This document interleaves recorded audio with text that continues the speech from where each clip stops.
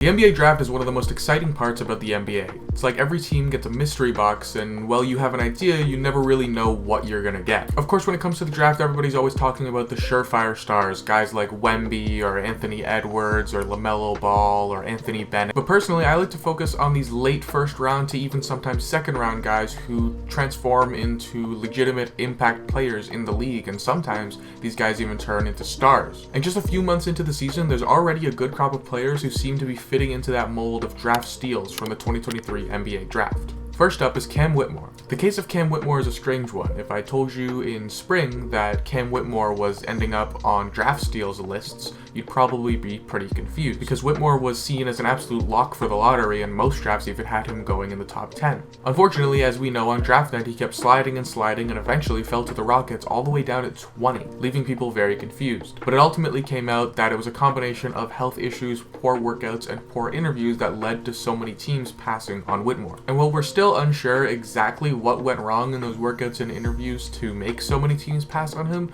the Houston Rockets are already starting to reap the benefits of this happen. Whitmore was racking up DMPs and single-digit minute games to start the season, and he ultimately got sent down to the G League. This was leaving a lot of people speculating if he was going to be the first guy to be labeled a bust from the 2023 draft. But after an amazing stint in the G League where he averaged 26, 7, and 3, Whitmore came back up to the Rockets and has been an impactful player ever since. What's helped is that he's seen consistent minutes. Since January 1st, he's played every single game for them, and he's been a steady scoring punch off the bench, averaging 13.6 points a game. The main concern with Whitmore on the floor seems to be that he's a bit of a black hole on offense, having only 12 total assists in his first 27 games this season. And while it's important for most successful players in the NBA to have that ability to find their man, it's not like Whitmore's a point guard, and it's not like the Rockets drafted him to be their first option, the guy that they're building around. They already have that in Alperen Sengun. To me, you can look at Whitmore as a Michael Porter Jr., a complementary piece who offers pretty much nothing but scoring, almost never passes the ball and is famously memed about it, but is very successful in that role. So while you can argue about where this leaves Whitmore in the grand scheme of this year's draft, I think it would be hard to sell that he should have fallen all the way down to 20. I won't spend too much time here, as you've probably heard everything that you need to hear about Jaime Jaquez Jr., but no discussion about draft steals from this year's draft is complete without him. Jaquez was taken by the Heat with the 18th pick, and it was kind of funny because immediately everyone looked at him and said, yeah, this is the kind of guy that Miami is going to take and turn into a stud, and that's just exactly what happened. It's almost comical how consistently Miami is able to find these guys. Jaime is the perfect pick for a team like Miami because due to being a 4-year guy out of college, he's not exactly the high upside young pick that a lottery team would want to take. His physical style of play and on-court awareness fits Miami's culture perfectly and allows him to play 9.1 minutes in the fourth quarter on average, which is first in the league among rookies and 22nd in the league among all players, which means he's playing more fourth quarter minutes than some teams' best player, which is the kind of thing you just couldn't do with a raw prospect. It's unclear what Jaquez's ceiling is due to his age, but even if his growth just comes to tightening up a couple of loose ends in his game here and there, it's clear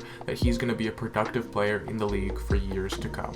Reath wasn't drafted this year. He wasn't drafted at all, actually, but he still counts as part of this rookie class because he did debut in the NBA this year. Reath is one of, if not the oldest rookie this year at 27 years of age, which obviously severely limits his potential. But considering he's been floating around since going undrafted in 2018, I still consider this pickup to be a huge steal for Portland. Multiple teams over the years have had opportunities to sign Reath, with him playing for the Mavs, Nets, and Suns in the Summer League from 2019 to 2022, but it was finally the Trailblazers who realized what they had in him and offered him a two-way contract. Reath started the season getting DNPs due to the Blazers' strong center core in DeAndre Ayton and Robert Williams, but with the unfortunate season-ending injury to Time Lord, Reath saw his chance and he took it. Now averaging 17 minutes a game, Reath is a consistent force off the bench, averaging 9 points, 4 boards, and half a block a game, and providing Portland with a very valuable asset, a 5 who can knock down the 3-ball, shooting it at 39% this season. While Reath isn't exactly letting it fly, he's shooting 3.6 threes a game this season, which is certainly nothing to sneeze at when you're talking about a center, and when you're talking about the percentage that he's hitting them at. So yeah, while Reath's ceiling isn't particularly particularly high due to his age. He is already showing that he is a competent NBA player and a backup big that any team would love to have. With Grady Dick taking up all the attention as the perceived best shooter in this draft, it allowed Jordan Hawkins to fly under the radar and ultimately fall to the Pelicans as a high upside sniper. Hawkins went to the Pelicans at the 14 slot and has undoubtedly been one of the best rookies from this class. Early in the season, when the Pelicans were battling injuries, he was one of the main reasons they were able to stay afloat. Coming in as a rookie, not expecting to get many minutes on a team that is lauded for its insane depth, Hawkins even spent some time in the G League to start the season, but after the injuries started stacking up on the Pelicans, suddenly he was getting 30-minute games on a regular basis. And he was putting up nearly 14 points a game with a pretty stellar 37% from 3 on 7.5 attempts a game. Unfortunately, just as quickly as he became a mainstay on the Pelicans roster, he fell completely out of the rotation. The Pelicans' injury woes came to an end, and New Orleans head coach Willie Green struggled to find a spot for him on the floor. To me, this was an absolutely boneheaded decision, and I don't have the time to go into the 5,000-word mess I wrote about it a couple months ago,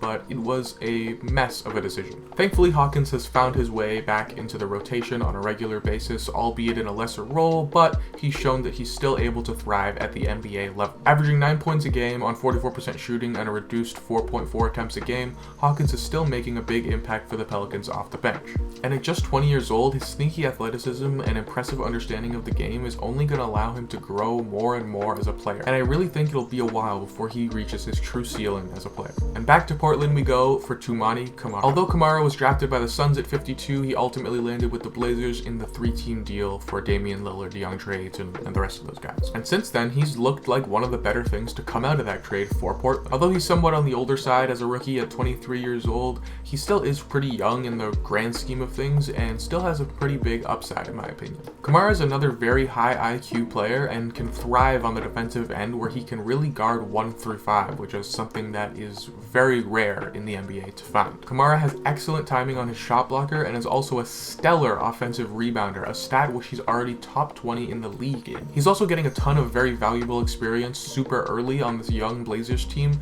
averaging 24 minutes a game and starting nearly every game for them. If you're the Blazers, the additions you've made in Scoot Henderson, Shaedon Sharpe, and Toumani Camara to your young core in the last couple years makes you very, very optimistic about your team's future.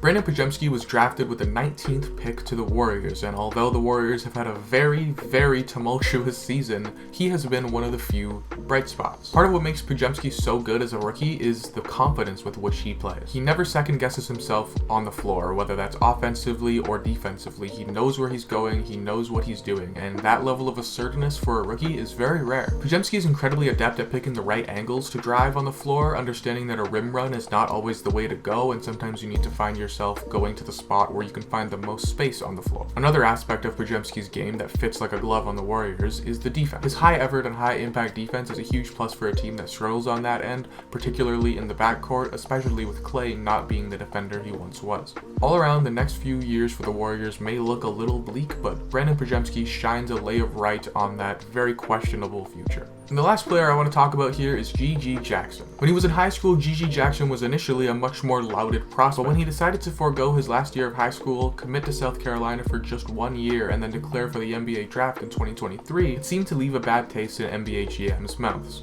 One college coach even said that Jackson's choice to speed up the process showed that he was mentally immature, and that his body language on the court didn't seem to be that of a high-effort player either. Jackson, though, has taken it up a notch on that front since being drafted by the Grizzlies, when he fell all the way to the middle of the second round, being taken with the 45th pick. Being just 18 years old, it was clear that the Grizzlies were in no rush with him and were gonna take the slow development role, sending him down to the G League, where he showed that despite his rawness, he's still head and shoulders above the talent down, averaging 19.3 points and 7.7 rebounds on 51% shooting from the field. With the Grizzlies' season from hell in regards to injuries, however, GG Jackson has been afforded a much larger opportunity as of this new calendar year, getting an average of 22 minutes a game and averaging an impressive 11.6 points on 44% shooting from the field and 38% from 3. While it's clear that GG Jackson still has a long way to go as a player, it's also very clear that the Grizzlies seem to have gone a huge steal with him, getting him all the way down at the 45th pick, because his ceiling looks to be tremendously high. And those are just 7 of the NBA draft steals from this past year that I thought were worth talking about. Of course, there's more worth talking about. Let me know in the comment section below if there's anybody I didn't talk about that you think looks like they might end up being a steal for your favorite team or just anywhere around the league.